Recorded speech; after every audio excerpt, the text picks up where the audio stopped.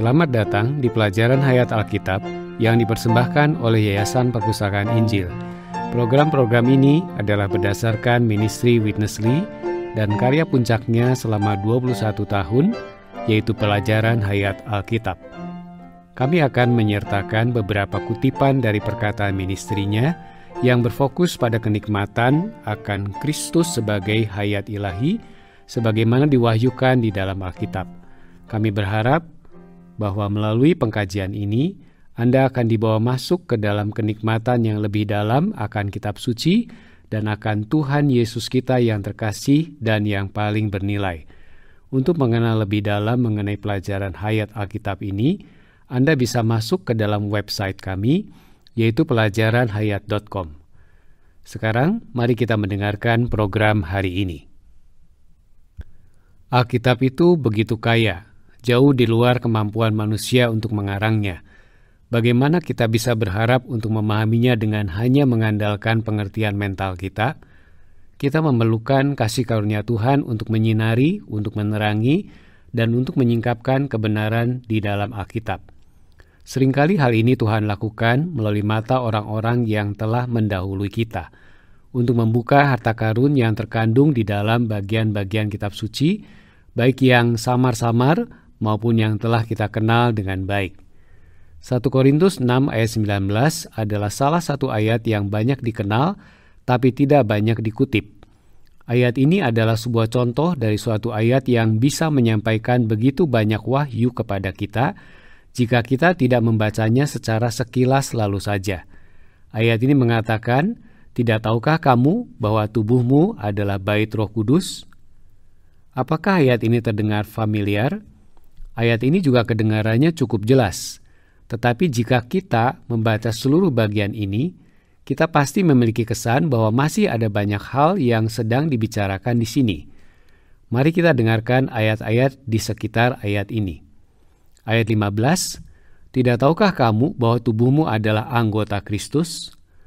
Ayat 17, "Tetapi siapa yang mengikatkan dirinya pada Tuhan menjadi satu roh dengan Dia."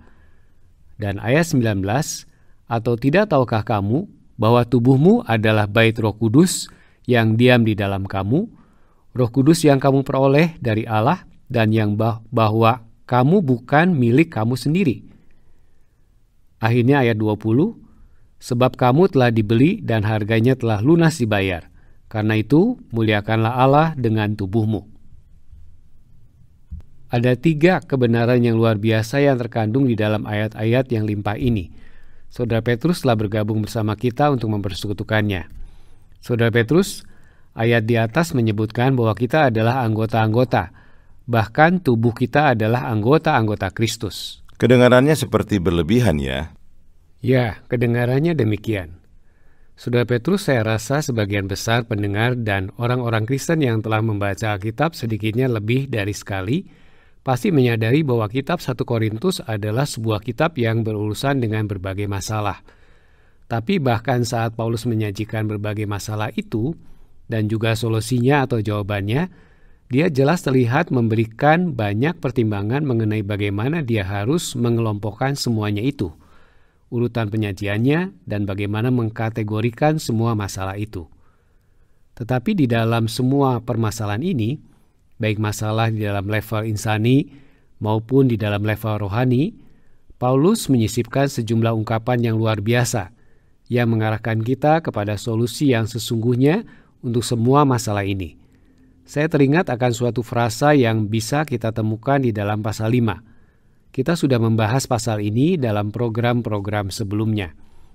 Di tengah-tengah pemberesan Paulus atas berbagai masalah yang kita hadapi di dalam kehidupan kita sehari-hari, dia mengatakan, "Karena itu marilah kita berpesta, bukan dengan ragi yang lama, bukan pula dengan ragi keburukan dan kejahatan, tetapi dengan roti yang tidak beragi, yaitu kemurnian dan kebenaran." Bukankah ada banyak hikmat yang dalam ketika Paulus menyisipkan ayat semacam ini di tengah-tengah berbagai macam masalah insani dan rohani? Benar sekali. Setelah Anda membaca ayat ini beberapa kali, mungkin Anda bertanya-tanya, bagaimana ayat ini bisa ada di sana? Anda tidak akan menyangka bahwa Paulus akan mengatakan, "Karena itu marilah kita berpesta." Sepertinya dia sedang berbicara mengenai pesta, tapi sebenarnya di situ ada sebuah solusi atas permasalahan yang sedang dia bicarakan. Dan cara untuk menangani masalah itu adalah melalui ayat ini. Kita berpesta dengan roti yang tidak beragi. Jadi saya harap di dalam berita hari ini kita bisa menemukan apa yang sedang dibicarakan di dalam ayat ini. Baiklah, mari kita dengarkan Saudara Witness Lee. Lalu kita akan kembali untuk bersekutu lebih banyak. Ketika Paulus menulis surat kiriman ini, ia pasti telah mempertimbangkan urutan berbagai problem yang harus ditanggulanginya di antara kaum beriman Korintus. Keenam penanggulangan ini membentuk satu kelompok. Setiap hal dalam kelompok ini merupakan hal kehidupan.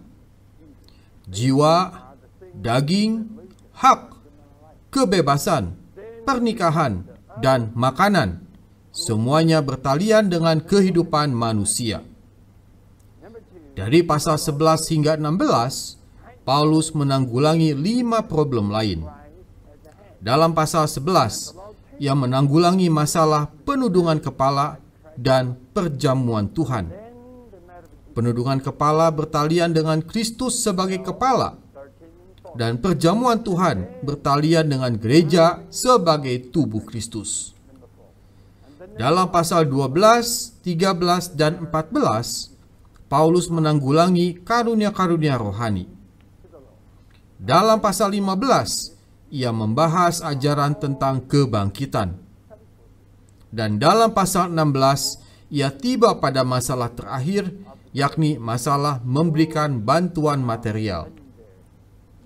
Kelima perkara ini membentuk kelompok kedua, dan semuanya bertalian dengan perkara rohani mengenai pemerintahan Allah. Semakin kita merenungkan urutan penanggulangan Paulus dalam surat kiriman ini, kita akan semakin mengetahui makna dari urutan tersebut. Tetapi ketika ia menanggulangi hal-hal tersebut, ia menggunakan ungkapan dan perkataan yang baik sekali untuk menyajikan hal-hal yang tidak pernah kita dapatkan di tempat lain di dalam Perjanjian Baru. Misalnya dalam pasal 5 ayat 8, Paulus berkata, "Karena itu, marilah kita berpesta." Ini bukan hal yang sepele, tetapi hal yang besar. Saya memberikan Anda sketsa yang jelas mengenai hal ini. Inilah cara kita mempelajari Alkitab. Saudara Petrus, kita mengambil cuplikan dari berita yang baru saja kita dengarkan dari persekutuan yang rinci dari Saudara Witness Lee mengenai 2 kategori dari masalah-masalah yang ada di sana. Ada 6 masalah praktis yang berhubungan dengan sisi manusia dan 5 masalah yang berhubungan dengan hal-hal rohani. Semua masalah ini telah menjangkiti orang-orang beriman di gereja di Korintus. Dan seperti yang telah kita lihat dari pengkajian Alkitab kita, sampai tingkat tertentu, ada banyak dari masalah-masalah itu yang telah kita semua alami, baik di dalam kehidupan manusia kita maupun di dalam kehidupan gereja kita. Akan tetapi, hal yang mencolok yang telah kita bahas tadi dan yang ingin saya tekankan kembali adalah bahwa di tengah-tengah penyajian semua masalah ini, mendadak ada referensi atau petunjuk bagi kaum beriman untuk berpesta atau memelihara hari raya. Baiklah, mungkin ini adalah sedikit pengulangan. Minggu lalu ada sebuah berita yang membahas ayat ini. Mari kita melihatnya kembali sebab ada sesuatu di sini yang tidak boleh kita lewatkan, bukan? Saya rasa begitu, Saudara Aldo. Kita sedang berbicara mengenai bagaimana mengatasi berbagai macam masalah yang berkaitan dengan jiwa, daging, dan segala sesuatu yang telah kita singgung, dan bagaimana semua masalah itu dikelompokkan bersama. Mendadak, Paulus membicarakan mengenai berpesta atau memelihara hari raya, yaitu hari raya roti tidak beragi, yang tentu saja merupakan salah satu dari hari raya dalam Perjanjian Lama. Bangsa Israel menikmati pesta ini selama 7 hari, dan angka 7 di sini menunjukkan dan melambangkan seumur hidup seorang Kristen. Di sini Paulus menasihati kita dan juga orang-orang beriman di Korintus yang memiliki segala macam masalah itu, bahwa untuk memecahkan masalah-masalah tersebut, satu-satunya keperluan mereka adalah memelihara hari raya, yaitu hari raya roti tidak beragi. Ragi dalam Alkitab adalah sesuatu yang jahat. Jadi ketika Paulus memerintahkan kita untuk memelihara hari raya roti tidak beragi, itu berarti kita jangan memiliki hubungan apapun dengan segala sesuatu yang jahat, melainkan untuk terus berpesta akan Kristus hari demi hari sebagai roti tidak beragi. Karena dalam Kristus tidak ada ragi, maka jika kita berpesta akan Kristus, kita akan diselamatkan dari segala macam masalah ini. Saya rasa dalam satu ayat ini, Paulus memberikan sebuah solusi yang luar biasa atas semua masalah yang telah dia bahas dan akan kita bahas selanjutnya. Ketika kita melihat semua masalah ini, satu-satunya jalan keluar adalah dengan berpesta, yaitu memelihara hari raya roti tidak beragi. Itu berarti Anda perlu menyantap Kristus sebagai kenikmatan Anda, kepuasan Anda, dan kekuatan yang akan menjaga Anda dari segala sesuatu yang jahat. Saudara Petrus, di sepanjang perjalanan Kristen kita, sudah berapa banyak kita mengalami secara langsung dan pribadi berbagai masalah seperti ini, dan kita berusaha untuk membereskannya, tapi lupa untuk berpesta dan berhari raya. Jika kita menempuh kehidupan Kristen seperti ini, rasanya kita ini akan menjadi orang-orang yang cacat dan lumpuh secara rohani, bukan? Itu benar sekali, sebab semua masalah ini yaitu hal-hal yang berkaitan dengan kehidupan jiwa, kehidupan kedagingan, hal-hal kedagingan. Hal ini menuntut hak kita untuk melakukan hal-hal yang kita suka, perkara berurusan dengan kebebasan yang kita miliki, dan menyalahgunakan kebebasan ini. Semua adalah permasalahan yang biasanya akan kita coba untuk atasi atau kurangi. Secara psikologis, secara kejiwaan, seperti berusaha untuk mendapatkan cara berperilaku yang lebih baik, atau cara yang lebih baik untuk berpikir lebih positif. Tetapi ketika Paulus membereskan masalah-masalah itu, dengan segera ia memperkenalkan perkara berpesta atau memelihara hari raya roti tidak beragi. Dan jika kita benar-benar mempraktekannya, kita pasti akan terbebas dari semua permasalahan ini. Ini adalah kenikmatan akan Kristus di dalam kehidupan kita sehari-hari. Hanya melalui berpesta atau memelihara hari raya ini, yaitu melalui menikmati Tuhan hari demi hari, kita akan dijauhkan dari semua hal yang bermasalah ini. Saudara Petrus, di awal program kita hari ini, kita telah menyinggung 3 poin kebenaran yang besar. Pertama, mengenal bahwa tubuh kita adalah anggota-anggota Kristus. Dan dalam perkara diikat menjadi satu pada Tuhan sebagai satu roh, akhirnya bahwa tubuh kita juga adalah bait Roh Kudus. Ada sebuah ayat kunci yang akan membantu kita untuk benar-benar memahami bagaimana ketiga poin tersebut saling berkaitan. Di dalam 2 bagian terakhir dari program hari ini, kita akan melihat bagaimana ketiga ayat ini sebenarnya adalah satu. Seperti yang telah saya katakan tadi, ayat kunci tersebut berasal dari Roma 8 ayat 11. Dengarkan ayat ini. Dan jika roh Dia yang telah membangkitkan Yesus dari antara orang mati diam di dalam kamu, maka Ia yang telah membangkitkan Kristus Yesus dari antara orang mati akan menghidupkan juga tubuhmu yang fana itu oleh rohnya yang diam di dalam kamu. Kedengarannya mirip dengan 1 Korintus 6, bukan? Benar sekali, tapi ini adalah ayat yang misterius bagi banyak orang Kristen. Mereka melihat banyak nasihat untuk tidak melakukan ini dan itu, untuk menjaga diri mereka dari kejahatan dan yang semacamnya. Tapi tidak pernah menyadari bahwa apa yang menjauhkan kita dari hal-hal negatif itu adalah roh yang berhuni di dalam diri kita. Jadi ketika kita melihat ayat ini, roh Dia yang telah membangkitkan Yesus dari antara orang mati, diam di dalam kamu. Maka Ia yang telah membangkitkan Kristus Yesus dari antara orang mati akan menghidupkan juga tubuhmu yang fana itu oleh rohnya yang diam di dalam kamu. Oh, itu sangatlah luar biasa. Mari kita bergabung dengan Saudara Witness Lee dan kemudian kita akan kembali. What is our body? Apakah artinya kita adalah anggota-anggota tubuh Kristus? Apakah maksudnya kita mengikatkan diri dengan Tuhan menjadi satu roh? Apakah artinya tubuh kita adalah bait Roh Kudus?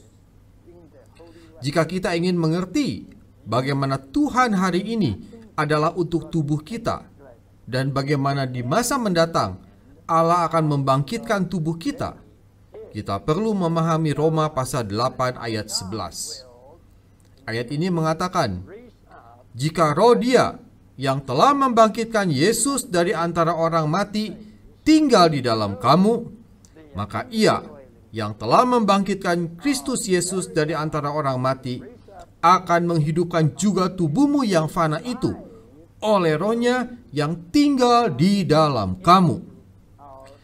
Hal ini bisa menjadi pengalaman hari ini bagi semua orang yang mencari Tuhan.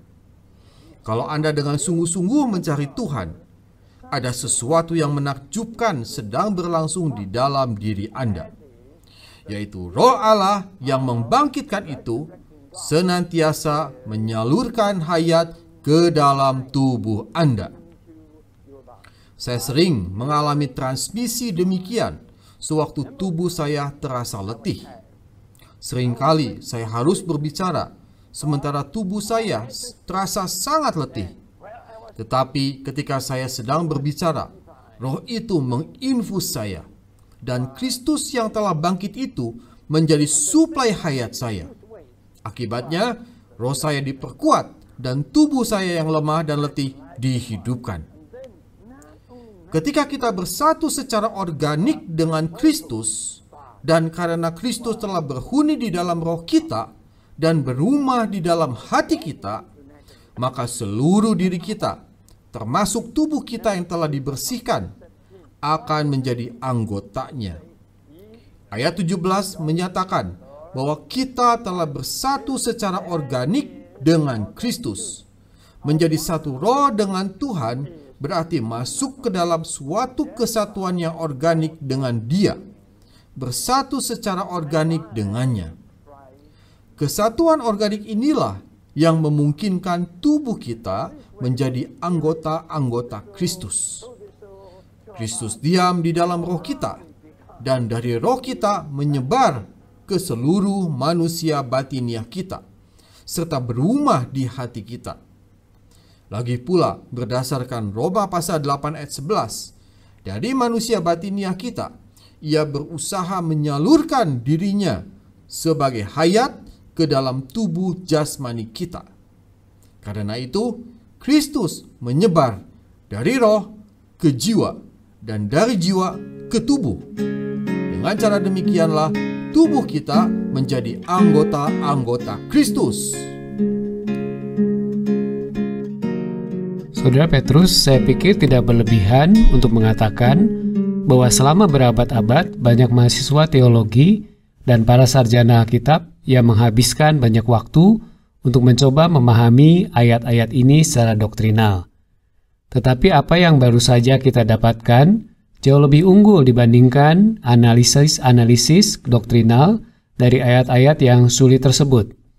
Saya rasa tidak ada seorang pun sebelum ministry ini yang memiliki pandangan yang sedemikian jelas mengenai apa yang dibicarakan oleh ayat-ayat ini. Ini adalah ayat-ayat yang misterius. Biasanya kita menganggap tubuh jasmani kita sebagai sumber dari semua dorongan jahat di dalam diri kita, sehingga kita tidak menyadari bahwa tubuh kita di sini disebut sebagai anggota Kristus. Tidak cukup bagi kita jika hanya mempelajari secara sekilas mengenai arti dari ayat-ayat tersebut. Kita perlu melihatnya lebih jauh lagi.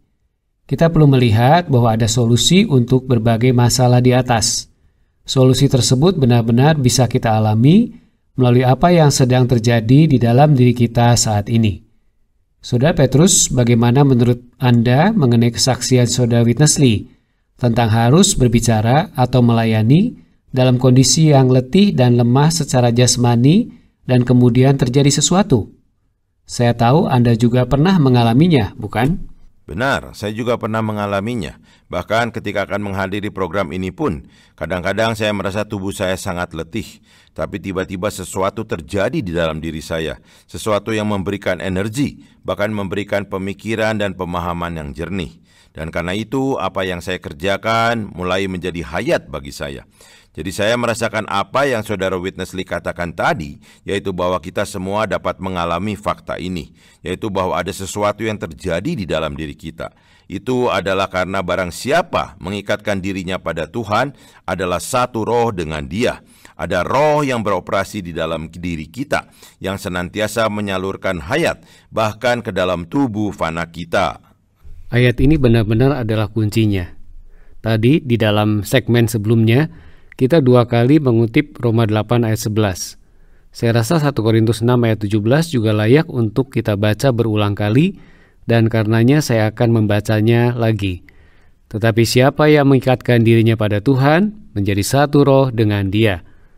Ini adalah ayat yang meneguhkan, yang menegaskan fakta dari apa yang kita baca di dalam Roma 8 ayat 11.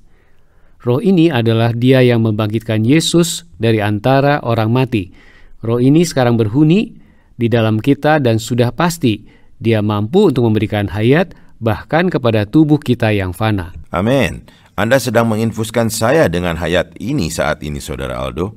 Inilah yang sedang terjadi, yaitu bahwa hayat ini ada di dalam kita, bahwa siapa saja yang mengikatkan dirinya pada Tuhan adalah satu roh dengan Dia. Saya rasa kita sudah sering mendengar di program ini bahwa kita adalah satu roh dengan Tuhan. Tuhan sebagai roh itu sekarang berbaur dengan roh kita.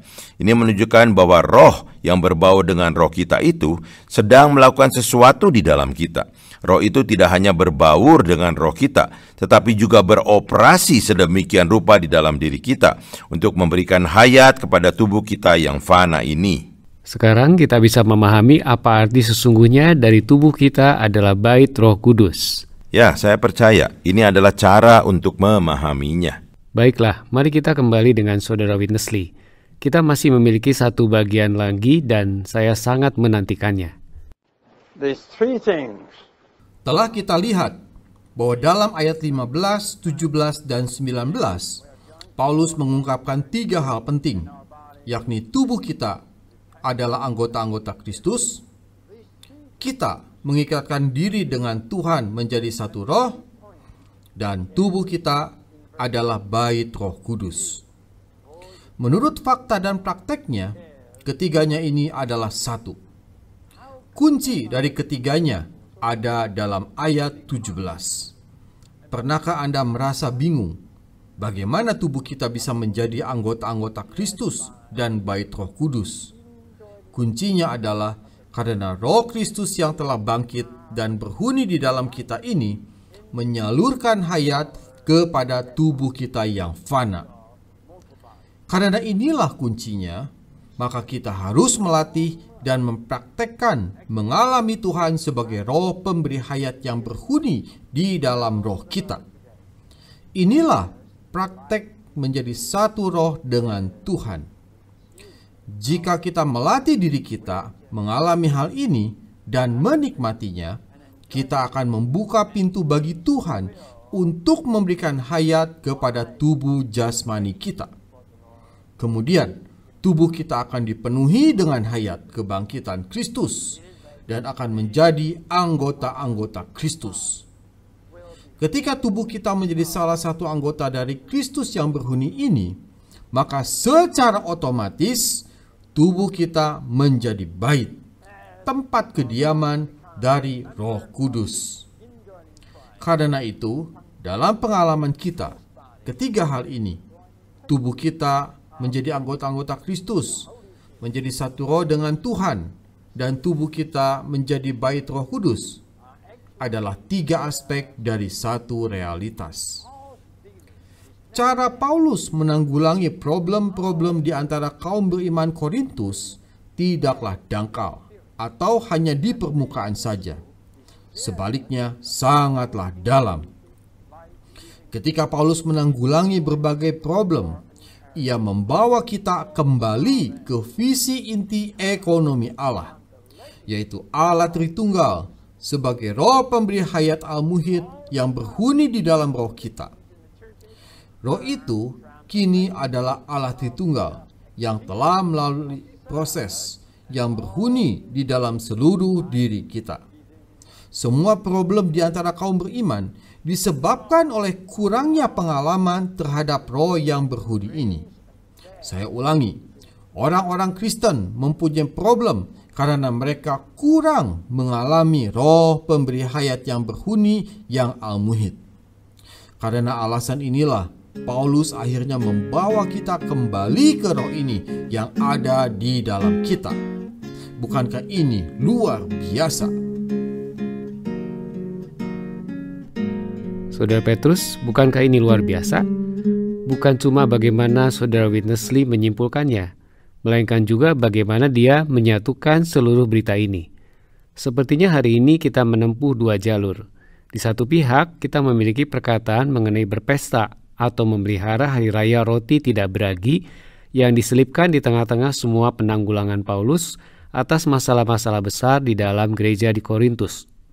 Di lain pihak, kita beralih kepada perkara tubuh kita yang adalah anggota-anggota Kristus dan mengenai diikatkan kepada Tuhan secara organik dalam satu roh dan akhirnya tubuh kita menjadi bait Roh Kudus. Walaupun demikian, cara Saudara Witness Lee menyajikan seluruh berita ini menjadi satu kesatuan yang sungguh sangat baik. Itu adalah karena Paulus dalam hikmatnya yang luar biasa yang diilhami oleh Roh Kudus secara konstan membawa kita kembali kepada pengalaman akan realitas ilahi ini. Ini adalah kesatuan yang organik dengan Kristus, bukan?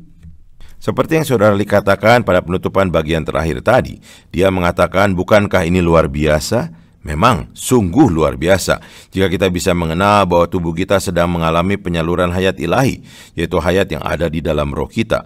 Kita bukan saja adalah orang-orang memiliki hayat ilahi dalam roh kita, tetapi roh ini sedang menyebar dan bertumbuh ke dalam diri kita. Dalam Alkitab, ini disebut pengubahan atau transformasi.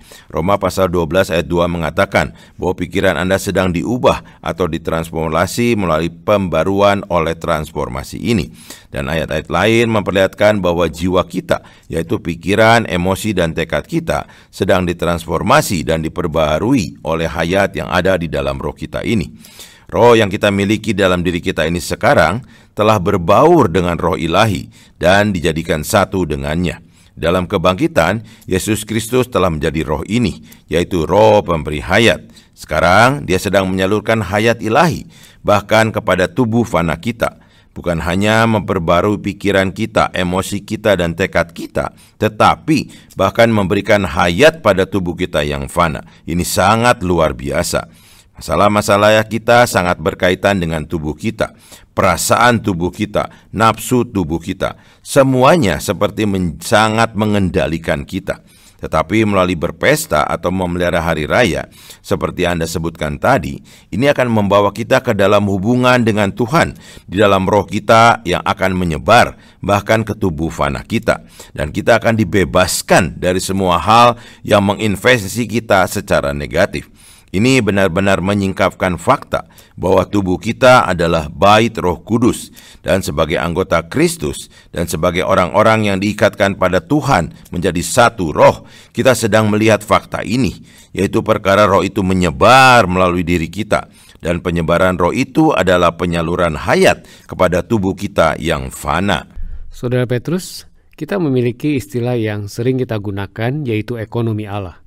Hari ini ekonomi Allah ini disingkapkan melalui ayat-ayat yang luar biasa di dalam 1 Korintus 6 ini. Ini bukan hanya pengajaran yang luar biasa, bukan hanya pemahaman yang baru tentang kitab suci, melainkan keselamatan praktis sehari-hari, yaitu keselamatan dari hal-hal yang mengganggu kita di dalam pikiran kita, dan bahkan dari hal-hal di dalam tubuh kita, yaitu gairah dan nafsu, dan masalah-masalah yang berhubungan dengan daging. Begitu roh kita benar-benar menjadi bagian yang paling utama dari diri kita, roh kita ini yang telah diikat pada Tuhan dan menjadi satu dengan Dia, serta roh ilahi yang membangkitkan Tuhan dari antara orang mati, akan membebaskan kita dari segala macam masalah ini. Sungguh luar biasa bahwa keselamatan organik itu digenapkan melalui roh ilahi yang ada dalam roh kita, yang menyebar ke dalam tubuh kita. Saudara Petrus, terima kasih banyak. Saya sangat menikmati persekutuan kita pada program hari ini. Baiklah, waktu kita sudah habis. Mewakili Saudara Petrus, saya Aldo, mengharapkan Anda bisa bergabung kembali dalam program selanjutnya. Dan kami juga mengucapkan banyak terima kasih telah mendengarkan program hari ini.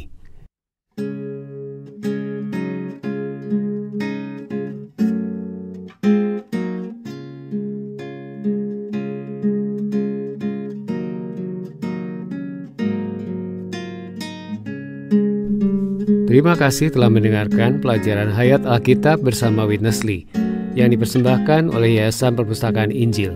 Anda dapat menghubungi kami untuk mencari tahu mengenai buku-buku pelajaran Hayat Alkitab. Yayasan Perpustakaan Injil sekarang memiliki ratusan judul dari Watchmeni dan Witness Lee yang tersedia dalam banyak bahasa. Untuk mengetahui lebih lanjut tentang Yayasan Perpustakaan Injil dan semua yang kami tawarkan, kunjungi situs website kami pelajaranhayat.com. Terima kasih telah mendengarkan.